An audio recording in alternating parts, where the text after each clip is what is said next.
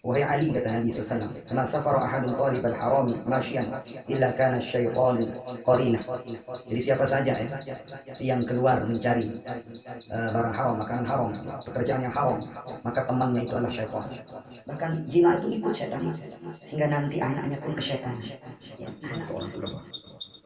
Wa man faraqal ulama, barang siapa yang jauh dengan ulama, mata qalbuhu, maka hatinya akan mati.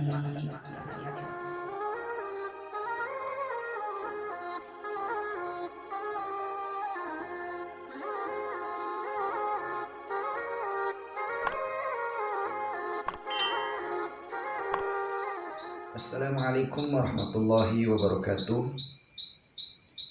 Nahmaduhu wa nusalli wa nusallim ala rasul karim, amma ba'd.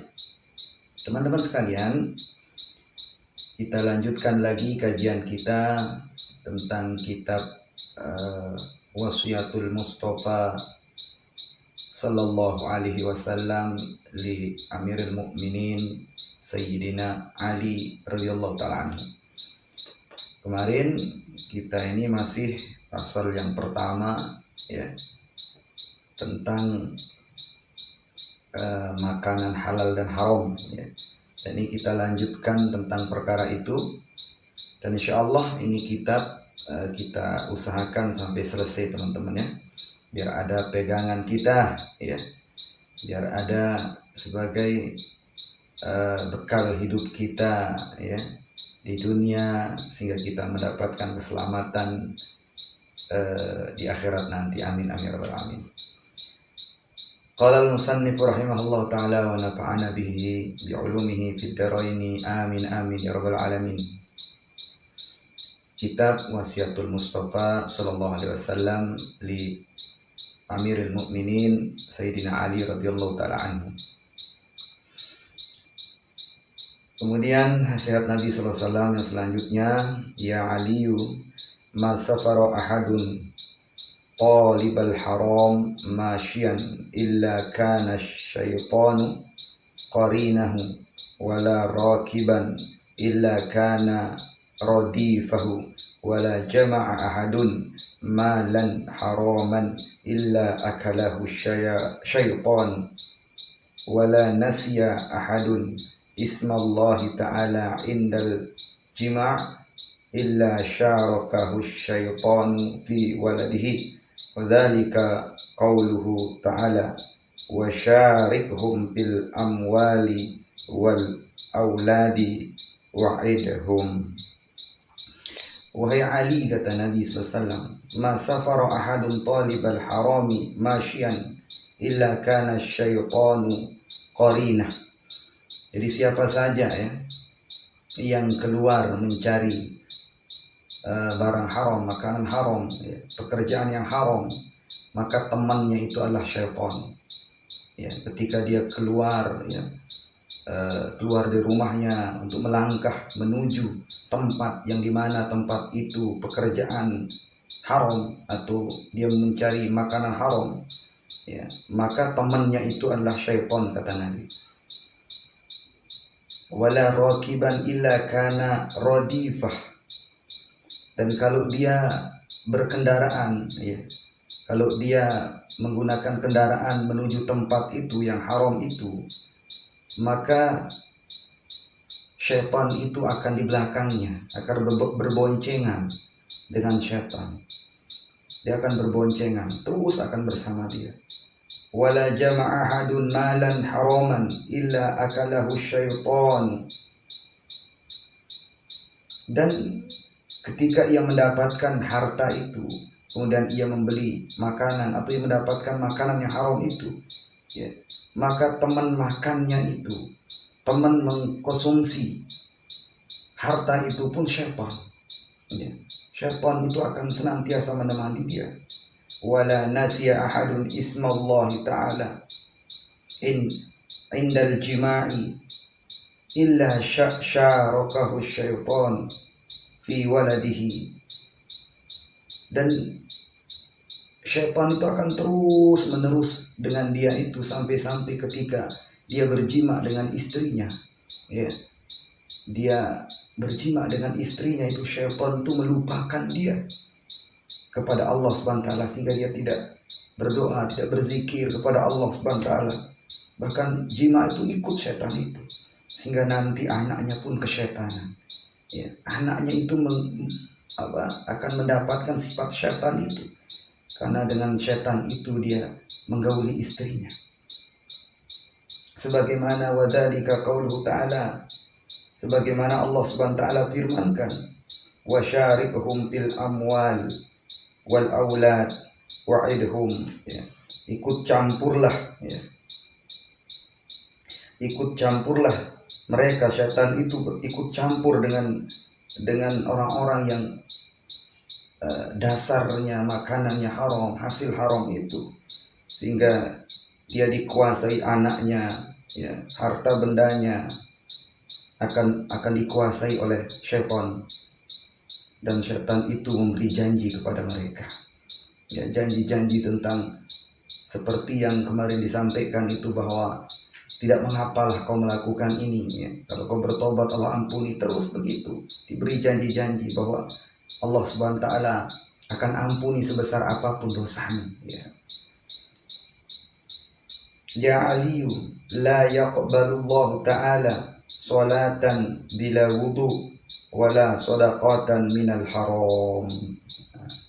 Dan Nabi SAW pun sampaikan, wahai Ali, Allah Subhanahu wa taala tidak menerima salat yang dilakukan tanpa wudu, dan begitu pun sedekah tidak diterima kalau dari jalan yang haram. Allah, ya, hasilnya haram, makanan haram, harta haram, kita pakai bersedekah, kita pakai korban agama, itu tidak diterima oleh Allah. Makanya lihat, kalau orang itu beribadah, ya, tidak ada perubahan dalam hidupnya, ya, tidak ada perubahan, maka hati-hati, hasilnya itu haram. Orang misalnya berhaji dari jalan yang haram, hasilnya itu pun tidak ada perubahan. Orang yang memperbaiki diri, orang yang berkorban untuk agama, orang yang dakwah, tapi hasil hartanya haram, maka tidak ada nilainya di sisi Allah. Kecuali kalau orang itu bertobat, ya, kalau dia bertobat, ya, bertobat kepada Allah, tidak melakukan lagi perbuatan itu, la ba'sa, ya, tidak mengapa, itu semua dimaafu oleh Allah, diampuni oleh Allah Taala. Tapi kalau terus menerus, ya, dia berkeyakinan bahwa kan ini untuk baik, tapi dia dari jalan menipu, mencuri, berjudi dan lain sebagainya, maka itu tidak diterima oleh Allah Subhanahu wa taala. Ya Aliyu, la yazalul mu'min fi ziyadatin fi dinihi ma lam ya'kulil haram. Wahai Ali, kata Nabi SAW, tidak akan bertambah iman seseorang mukmin atau orang yang beriman, imannya itu tidak akan bertambah apabila dia ini senantiasa memakan makanan yang haram. Jadi hakikatnya iman seorang itu terus bertambah, tetapi dia lemah, drop iman itu disebabkan karena seringnya memakan makanan yang haram dari hasil yang haram. Ini menyebabkan iman seseorang itu lemah. Wa man faraqal ulama, kemudian Nabi SAW bersabda, barang siapa yang jauh dari ulama. Nah, ini ada pembahasan lain, ya, di dalam satu bab ini, dalam satu pasal ini. Barang siapa yang jauh dengan ulama, mata qalbuhu, maka hatinya akan mati. Nah, ini hati-hati.